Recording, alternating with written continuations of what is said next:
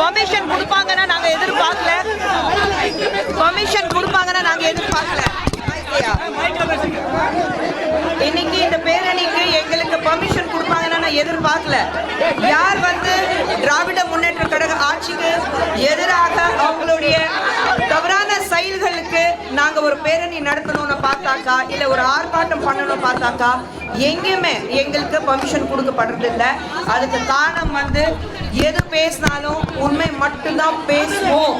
அப்படி திராவிட முன்னேற்றக்காரங்களுக்கு நல்லாவே தெரியும். மாண்புமிகு முதலமைச்சர் ஸ்டாலின் அவர்களுக்கு நல்லா தான் தெரியும். அதனால பெர்மிஷன் கொடுக்க மாட்டாங்க.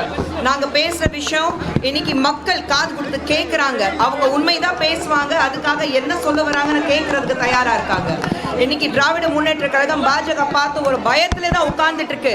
அடுத்த நாள் காலையில என்னத்தான் இவங்க அப்படியே எங்களை பார்த்துட்டு பேச போறாங்க, கேள்வி கேட்க போறாங்கன்னா அந்த பயத்துல தான் இருக்காங்க. நாங்க எந்த கேள்வி கேட்டாலும் மாண்புமிகு முதலமைச்சர் மு.க. ஸ்டாலின் அவர்கள் கிட்ட ஒரு பதில் இல்லை. அப்படி இருக்கிற பட்சத்துல நிச்சயமாக இந்த பேரணி இன்னைக்கு இல்லை, எங்க இருந்தாலும் இந்த பேரணி நியாயம் கிடைக்கிற வரைக்கும், நீதி கிடைக்கிற வரைக்கும் இந்த போராட்டம் நடத்துறாங்க.